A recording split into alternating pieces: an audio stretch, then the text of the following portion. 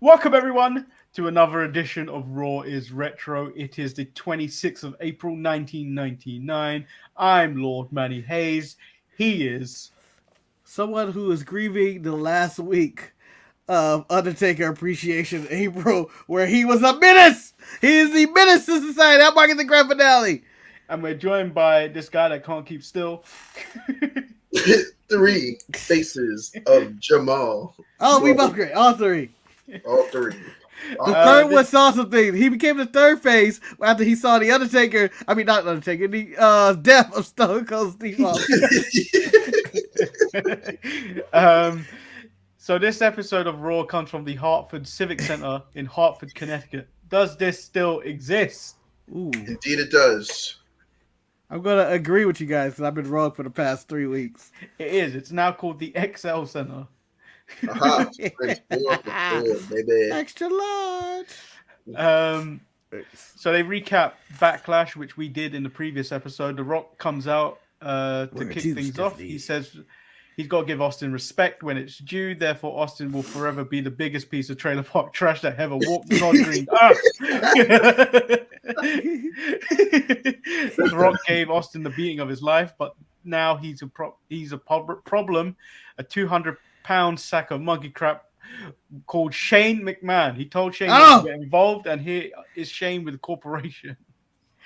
Shane gets in The Rock's face and blames The Rock for wasting too much time last night, and The Rock, instead of pinning Austin, Rock stands in front of him as a loser.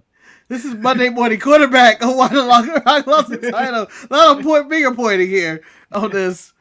When Shane had some valid points. What were you doing? What were you doing? They're about to go, but The Rock has to deal with the corporation after punching Triple H and slapping China. Yes. Which all the commentary was like, oh, she's gonna act like a man, she might as well get beaten like one. That's basically what the commentary was saying. Yeah, they justified that shit quick. They were like, well, she wanna do that. Pretty ass kickings. Equal you step up to a man, you get beat up like a man. Because a man's world. Bossman gets a cheap shot with a nightstick, and they're all in on The Rock. Shane fires The Rock from the corporation. The corporation leave, but The Rock challenges Shane to a fight later tonight, and Shane says it's on, and the fans are even more into The Rock now.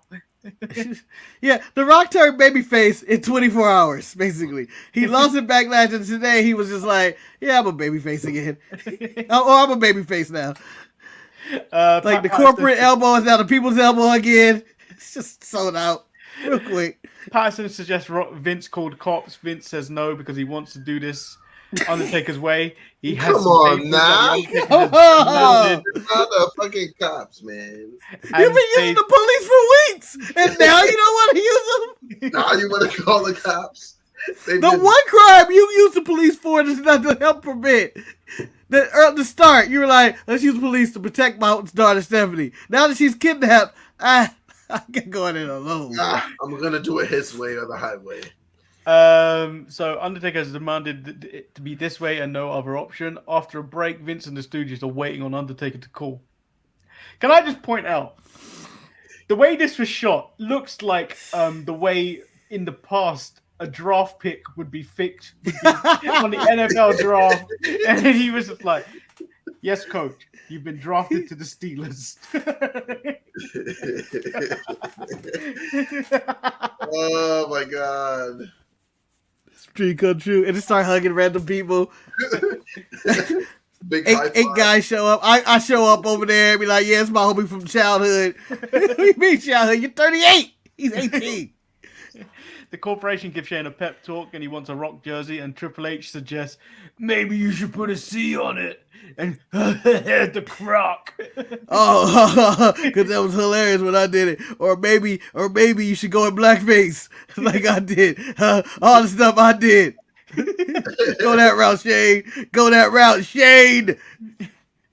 Now we get the Brood versus X-Pac and Kane. Basically, Kane gets a bloodbath. And Kane is pissed. Good old bloodbath. I miss those, man. Like, they used to just hand them shits out like it was candy. You get a bloodbath. You get a bloodbath. Gangrel coming out, Brood coming out, bloodbath. Bloodbath.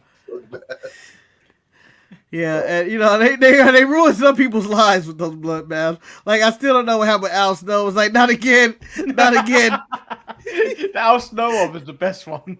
Yeah, Because he didn't wash his hair for like 3 weeks. Kane chokeslams X-Pac into the crowd because he was the only one in sight as the lights come back on. Vince McMahon's phone rings as we go into break. Back with a recap for the phone call, and of course we can hear everything the Undertaker says. Yes. Of course. You hear me? Yeah.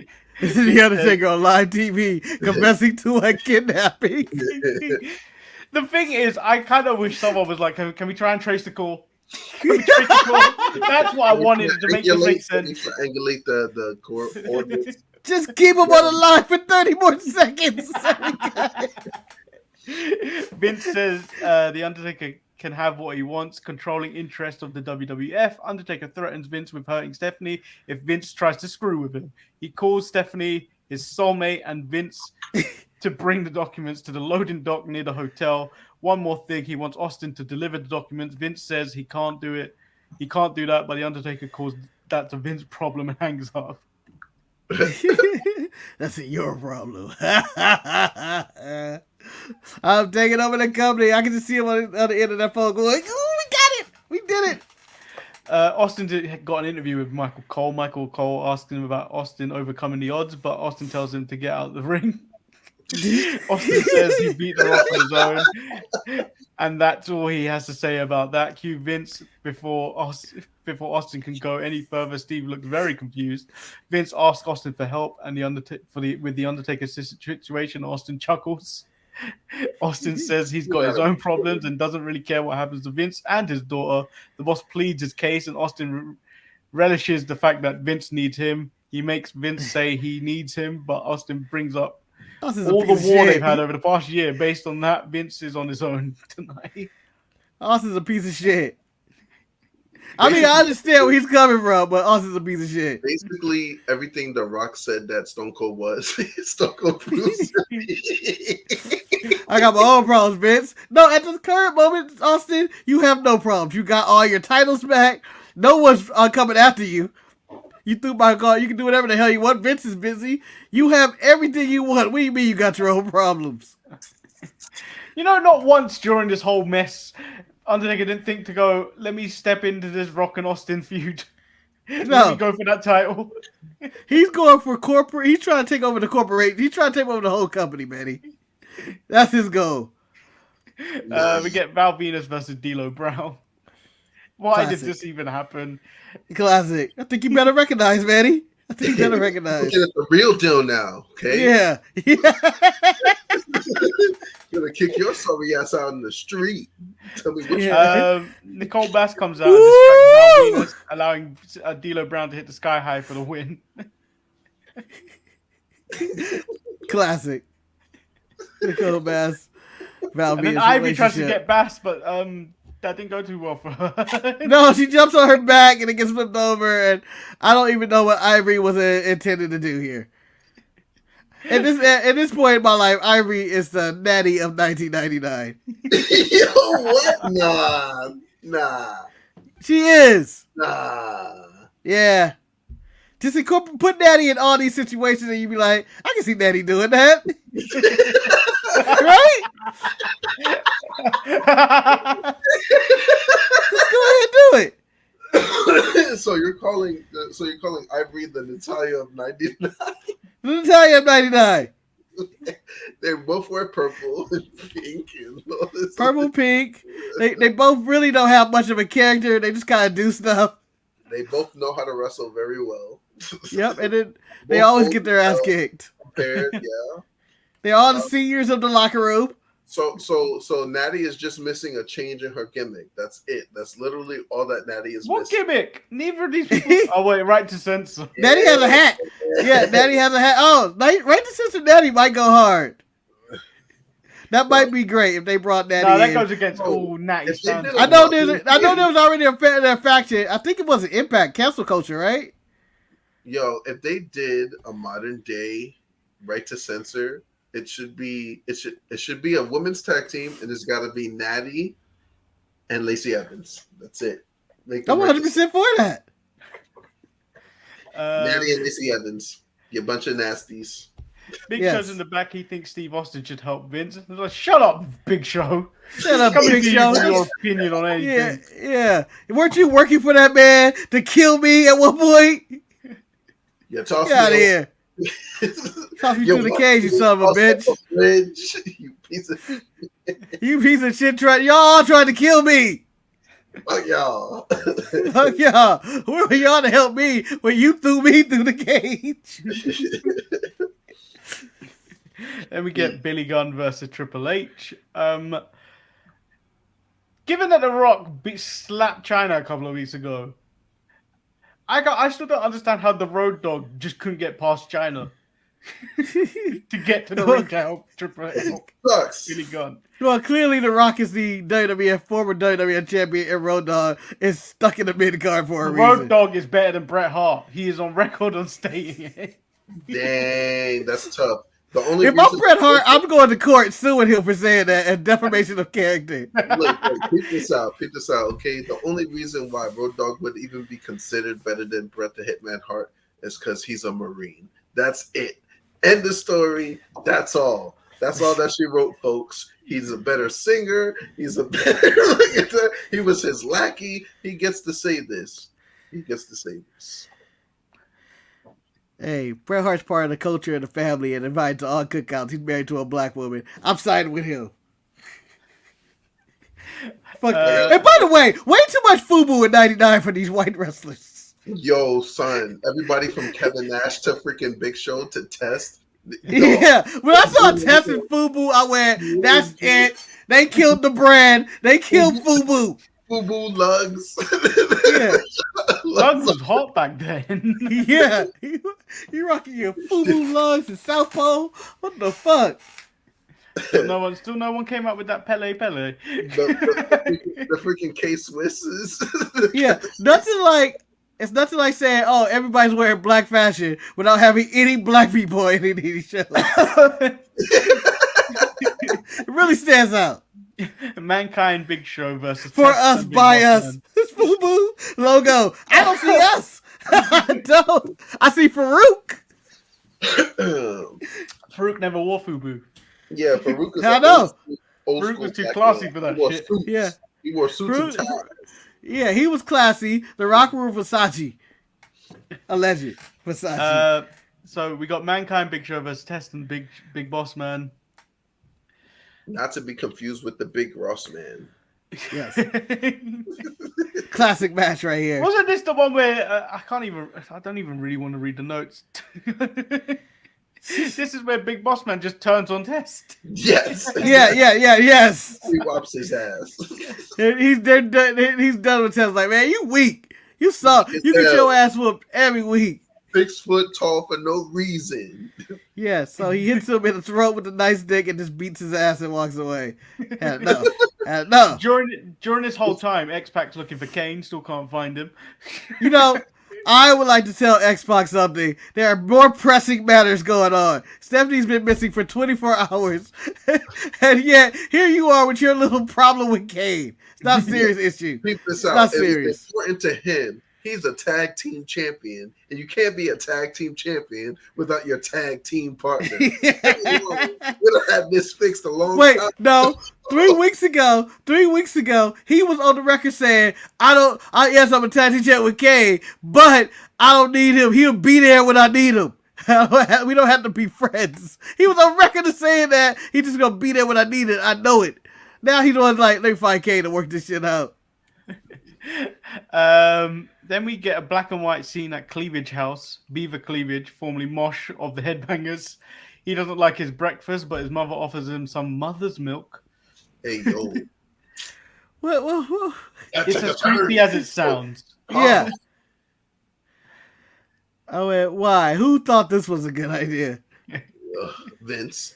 Yes, it's definitely a Vince thing. This is Vince. Vince bitch. I like to think that Vince bitch one thing in the meetings is like, Breast you guys milk. got to put this in. You got to put it in. Breast milk. His mother's milk. Such good shit. He laughs about it for like 2 hours straight, and it's like, all right, Vince, we're putting it in the show. Mother's milk. It's gotta go on TV. Do it. So we get Jeff Jarrett versus Godfather. This is originally starts off as non-title. Jarrett asks to make it a title match. He says he goes a long-winded way to ask for it to be a title match, but then Godfather only agrees to it if he loses, Deborah has to become a hoe. He agrees. He agreed in a minute. Jeff don't care. Can I say for the record, they completely fucked all this up. When Godfather's coming out, they put Intercontinental Championship match right off the jump, and then JR goes, "Wait a minute, everybody! This is a non-title matchup here. This title is not on the line. It is not on the line." Godfather heads the tail on, and he's like, "Yeah, it's not a title player." And then they announce it's going to be a title match, and then they put the graphic up again. Like, what? Yeah, and then Val Venus comes out, hits on Deborah, drawing out Nicole Bass to chase off Val Venus. This distraction allows Godfather to roll up Jeff Jarrett for the win, to retain. Owen Hart gets Deborah out of there, but even though she seemed to like the idea of being a hoe. Also, you do get to, in the middle of this match, Jim Ross going, everything the Godfather said, yes, it does sound like, it sounds very aggressive, but he's really nice to these ladies. He's a pimp. He's a pimp, JR. He's not. During all this time, we also get random check-ins with Vince McMahon, who's standing in the loading dock, just walking back and forth with the briefcase. Contemplating life. Contemplating what's going on. How did I get here? Well, he has the ownership. He just walk in the parking lot with papers of turning over the WWF company over to the Undertaker, giving it to his man instead of giving the police involved. We cut to Terry and Jacqueline, who are having their way with Meat, aka Sean Stasiak. I don't know why they are using Mark Henry's sexual chocolate music. Yeah, I was wondering that too. Because it wasn't Mark Henry's sexual chocolate music first. It was it got repurposed. Wasn't he using it already? Just like Ernest the Cat Miller and Xavier Woods and the Funkadactyls using the same song, the Brodus Clay, now Tyrus, the NWA World Champion. Somebody call my mama. Everybody uses that. There's a Divas music in this era that been used by like 8 people. I can't remember who it was. They repackage and repurpose music all the time. I believe Tori Wilson had it at one point. Yeah, and then I think Alicia Fox had it at one point. Are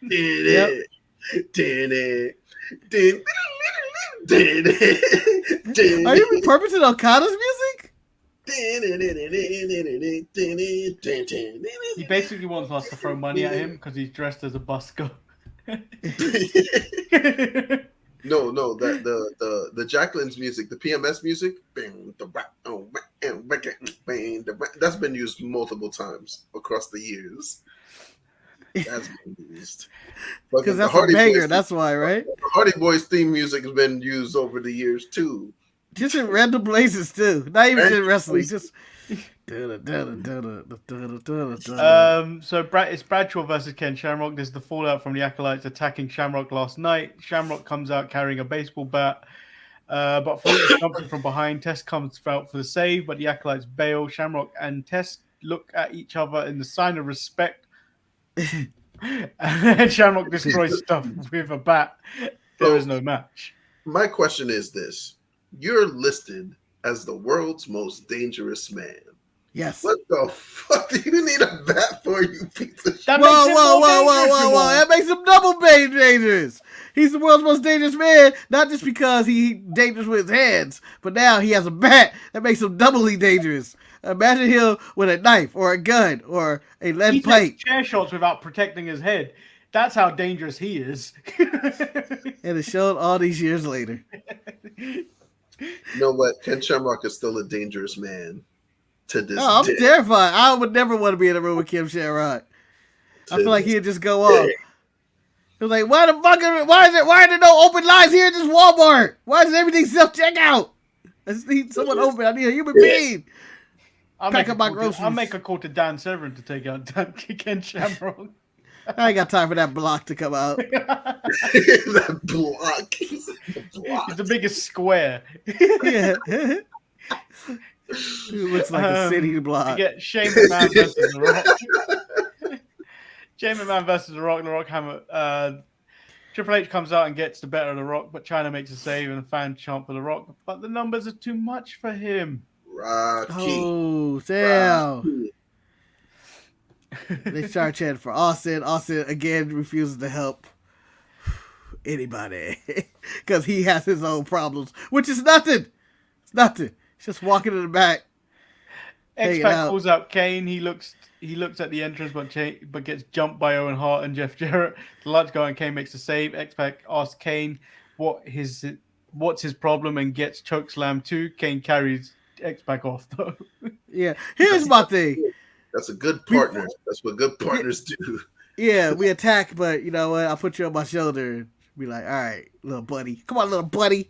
But X-Pac deserves this ass whooping, okay? For a simple fact, before he came out and before the commercial break, are we not showing Stephanie getting carried to the ring? And like, they're on their way out!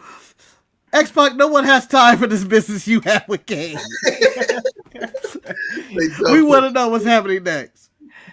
I can see Undertaker and the Ministry just waiting like, so it's X-Pac's done, man. We coming out there. We gonna be waiting. Hopefully this ends soon. Stephanie just waiting on the cross. Fuck it, we're doing it live. We're doing it live.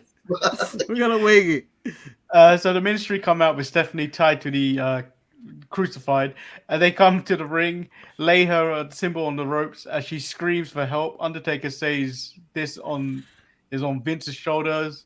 And Austin has shown his true colors. Bearer opens up his book, which is bedazzled, by the way, as they were making its way to the. Yeah, it looked like a teenage girl's journal. It looked like the Bird book for Mean Girls. It did look like the Bird book for Mean Girls.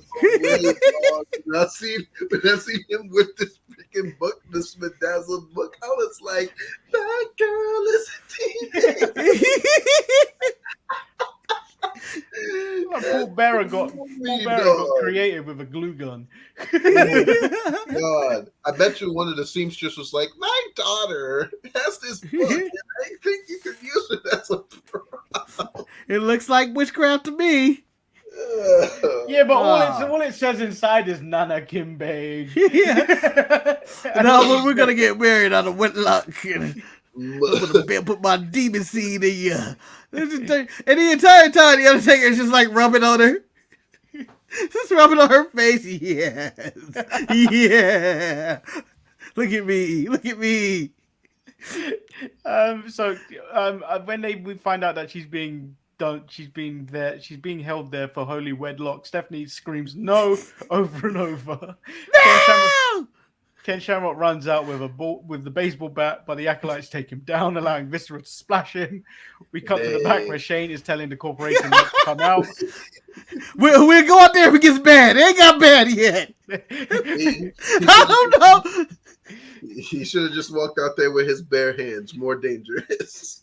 Barry hasn't got bad. As the Big Show comes out and nails the acolytes and Viscera, only for the Undertaker to nail him with the baseball bat. Damn! So you brought a weapon it's used against you. 500 pounds just laid out on the ground. And Viscera continues to stump him as other people make the save. I'll just stay here. Ugh.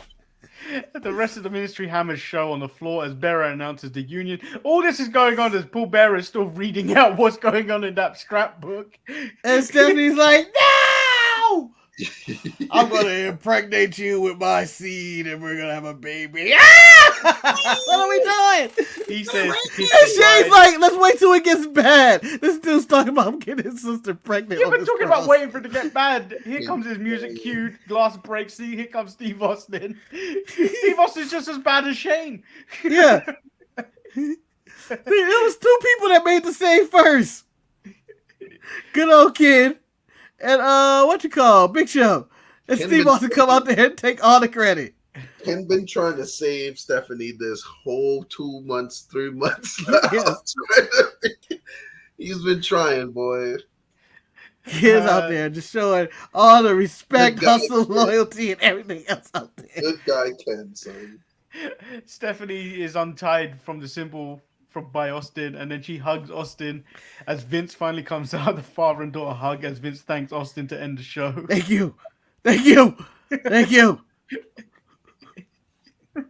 This earns another chaotic episode of Raw. Yes. Very emotional. I don't know what emotion I had at the end of this. Steve Austin, you son of a bitch.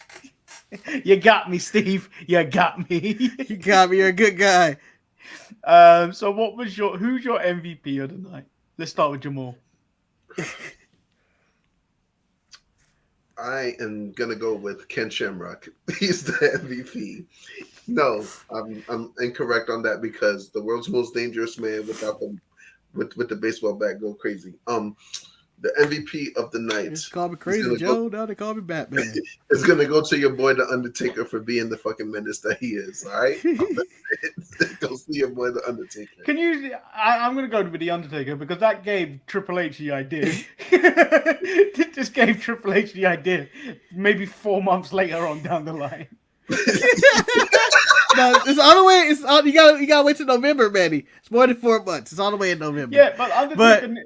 You see, Undertaker didn't. Triple H upgraded his. He drugged. He drugged her. Out cold. Coma. I would like to break full kayfabe and say at this very moment, Triple H realized he's using Stephanie to take control of the entire company. Fast forward to 2023. Who runs the company? Bow down to the king. This is where he got his plot. But I'm going Undertaker just because iconic segment. Him just sitting there and groping Stephanie. Smell my funky fingers. They're all over your face. That's Ryan Shamrock you're smelling right now. So that leaves another question of moment of the night, which has to be this. It's the last segment. This the last segment of the night. Yeah, absolutely. Steve Austin with the save at the end and the hug and Vince having to say thank you. Very heroic.